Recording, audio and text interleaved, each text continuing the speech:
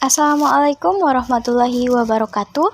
Saya Dina Trisetiawati akan mempresentasikan pendidikan agama Islam materi yang ke-8, yakni Islam menghadapi tantangan modernisasi untuk menunjukkan kompatibilitas Islam dengan dunia modern saat ini.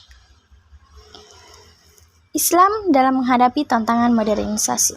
Pengertian modernisasi berasal dari perkataan modern, dan makna umum dari perkataan modern, segala sesuatu yang bersangkutan dengan kehidupan masa kini. Lawan dari modern adalah kuno, yaitu segala sesuatu yang bersangkutan dengan masa lampau. Dari modernitas adalah pandangan yang dianut untuk menghadapi masa kini.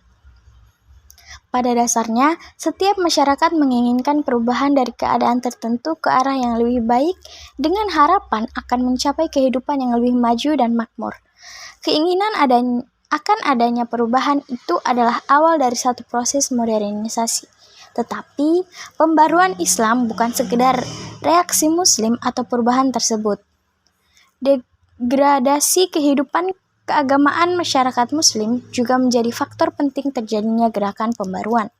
Banyak tokoh-tokoh umat yang menyuruhkan revitalisasi kehidupan keagamaan yang membersihkan praktek keagamaan dari tradisi-tradisi yang dianggap tidak Islami.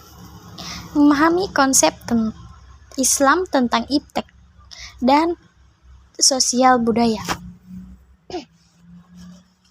Pada zaman modern seperti sekarang ini, ukur maju tidaknya satu bangsa justru diukur dari penguasaan bangsa itu terhadap iptek. Jika satu bangsa itu menguasai iptek, maka bangsa tersebut dikategorikan sebagai bangsa yang maju. Sebaliknya, jika satu bangsa itu tertinggal dalam penguasaan iptek, maka bangsa itu dianggap sebagai bangsa yang belum maju atau bisa disebut bangsa tertinggal, atau disebut bangsa yang belum berkembang. Supaya bangsa Indonesia masuk ke dalam kelompok bangsa yang maju, maka kita wajib berusaha sekuat tenaga untuk menguasai iptek dengan menjatuhkan iptek untuk keselamatan umat manusia. Memahami konsep Islam tentang ekonomi dan politik. Di bidang ekonomi, dalam Islam, ekonomi ialah berkorban secara tidak kikir dan tidak boros dalam rangka mendapatkan keuntungan yang layak. Dengan demikian, pengorbanan tidak boleh sekecil-kecilnya ataupun tertentu saja, melainkan pengorbanan yang tepat harus sesuai dengan keperluan yang sesungguhnya, sehingga mutu produksi dapat terjamin. Di dalam bidang politik, dalam Islam disebut dengan syiasah, merupakan bagian integral tak terpisahkan dalam fikih Islam.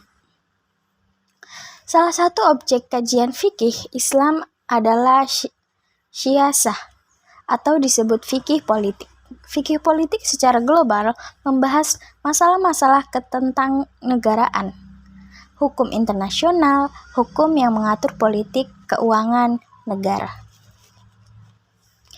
Sumber historis, sosiologis, dan teologis tentang Islam dalam menghadapi tantangan modernisasi. Kemajuan dalam pendidikan dan penguasaan iptek berimplikasi terhadap kemajuan politik, ekonomi, dan budaya. Hal ini secara historis dapat Anda lacak ketika dunia Islam unggul dalam iptek. Pada masa keemasan Islam, kekuasaan politik umat Islam semakin luas dengan ekspansinya ke berbagai wilayah, dan penguasaan dalam politik ini membawa kemajuan dalam kehidupan ekonomi umat Islam saat itu. Kesejahteraan yang merata juga mendorong kemajuan umat Islam dalam penguasaan iptek. Akibatnya, dunia Islam menjadi sangat kuat secara politik dan ekonomi yang mendasari penguasaan terhadap iptek secara sempurna pada saat itu. Modernitas yang melanda dunia Islam dengan segala efek positif negatifnya menjadi tantangan yang harus dihadapi umat Islam di tengah kondisi keterpurukannya. Umat Islam dituntut bekerja ekstra keras mengembangkan segala potensinya untuk menyelesaikan permasalahannya. Terjadi sebagainya upaya menjaga dan melestarikan ajaran umat Islam menjadi pilihan yang harus dimanfaatkan secara maksimal oleh umat Islam. Upaya tajdid harus terus dilakukan, tak boleh berhenti meski memperluas coach yang besar. Sejalan dengan perkembangan budaya dan pola berpikir masyarakat yang materialitas dan sekularitas, maka nilai yang bersumberkan agama belum diupayakan secara optimal. Agama dipandang sebagai salah satu aspek kehidupan yang hanya berkaitan dengan aspek pribadi dan dalam bentuk rival.